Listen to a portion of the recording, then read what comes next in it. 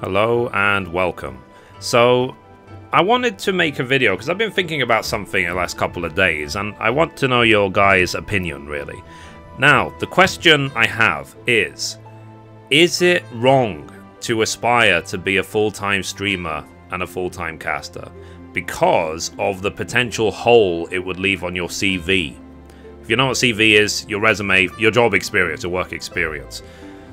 So, the reason I've been thinking about this is because while me, like YouTubers, live streamers, whatever, we can dream about doing it as a full-time job because of the independence that comes with it. You know, no manager, no commute to work, no nothing, basically just wake up, do what you love, go to bed. If you think the long term, 10, 20 years from now, are you still going to be doing this? You know, are you still going to be satisfied doing it creatively?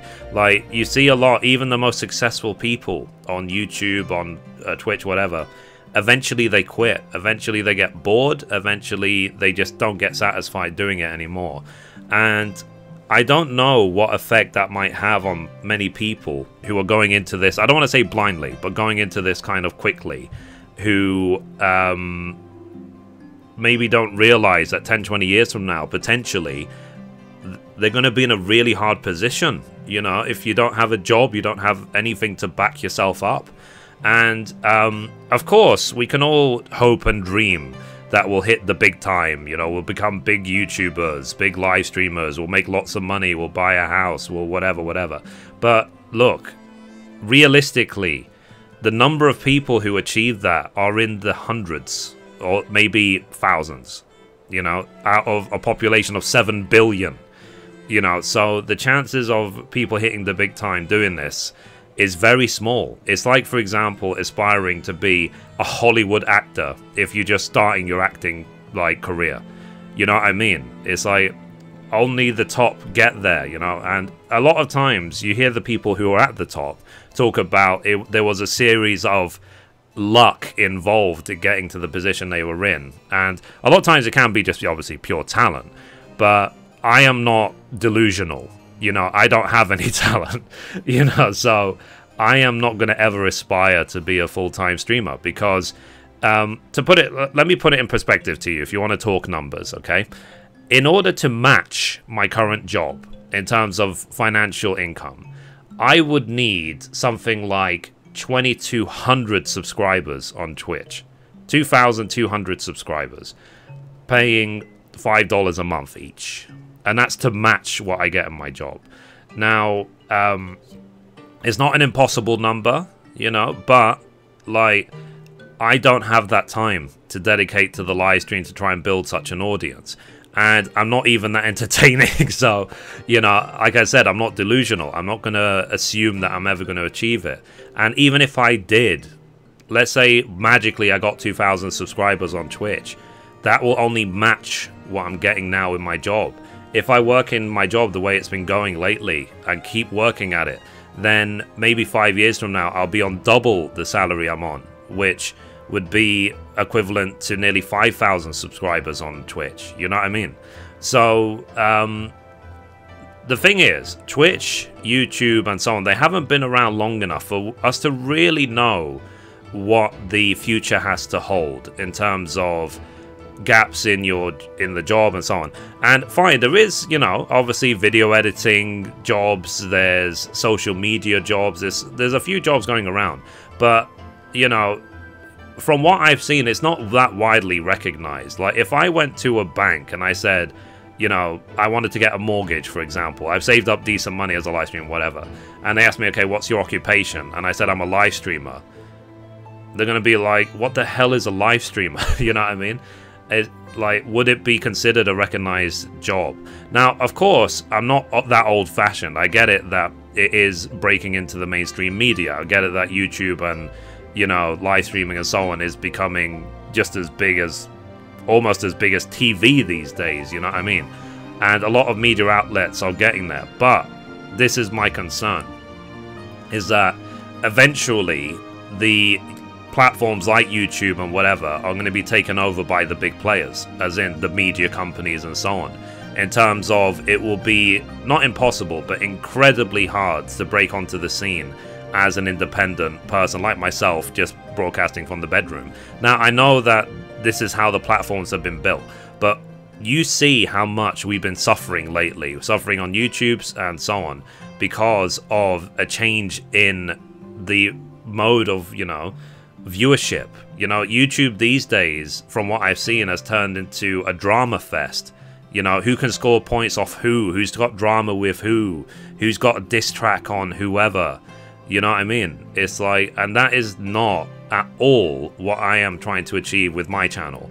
My channel is to help people, whether it's, even if it's in games, you know. It's like my most popular video on my channel, the 10 million Gil in 1 day video for Final Fantasy 14.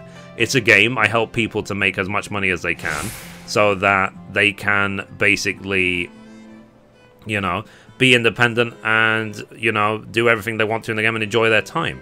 And also I have my vlogs talking about anxiety and how to cope with them and just general questions. You know, I like to ask certain questions because by asking the right question, you get people to think about the answer. You know what I mean?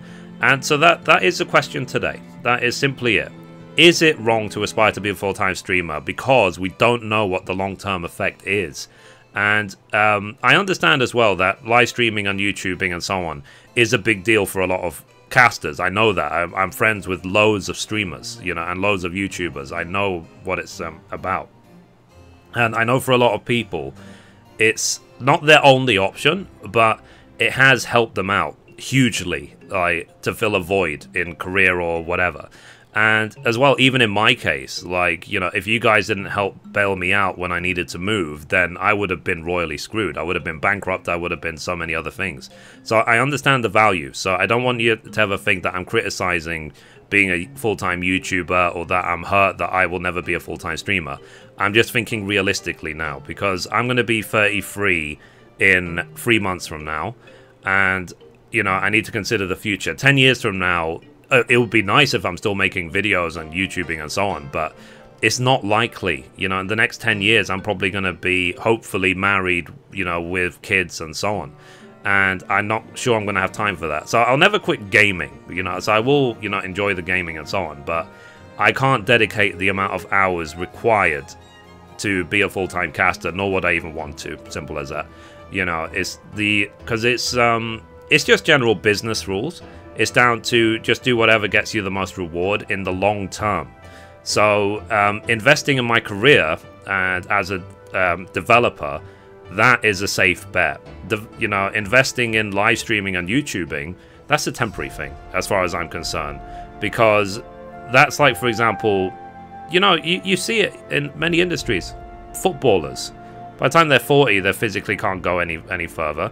And even the hugest people on YouTube, like, I'd hate to, like, quote, I won't say any names, actually, I won't promote anyone, but, you know, even the biggest YouTubers who are getting millions of views on every single video, even they take breaks or outright quit eventually, even just after a few years, because it just doesn't satisfy them anymore, you know. Or people are saying, I've run out of ideas. You obviously, you know who I'm talking about.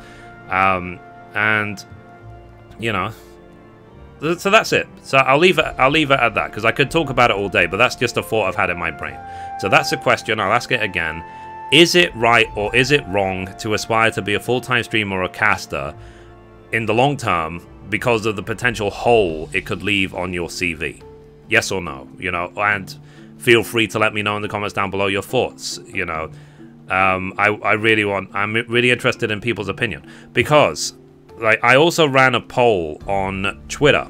So on Twitter, I asked that same question, and I think, let me get the exact numbers so I don't misquote. So give me a second. Right. So this is based on, where is it? Okay. So let me see if I can show you. Let me zoom this in. Okay, so let's see. Here we go. Right, so this is a question right here. Is it a mistake to aspire to be a full-time streamer or broadcaster given the potential hole it would leave on your CV? I ran for 24 hours. I got 55 votes. So fine, 55 votes is not like conclusive, but you know, it's just a general feeling. So 24% said yes, it's a mistake. 40% said no. 16% said maybe. 20% said we have to wait and see. Now, the way I'm reading this is essentially 60% of people have said we don't know, or you know, it could be a mistake. And of course, like I said, 55 votes is not enough, you know, maybe to get a conclusive thing. That's why I'm making this video, to follow up on this question and so on. But it wasn't like I was expecting it to be like 80% no or anything like that. That's why I'm very curious about this topic even more now. So let me know your thoughts in the comments down below, and we'll just carry on this conversation. So anyway, guys, that's it for this video, and I will see you in the next one. Thank you, guys. Bye-bye.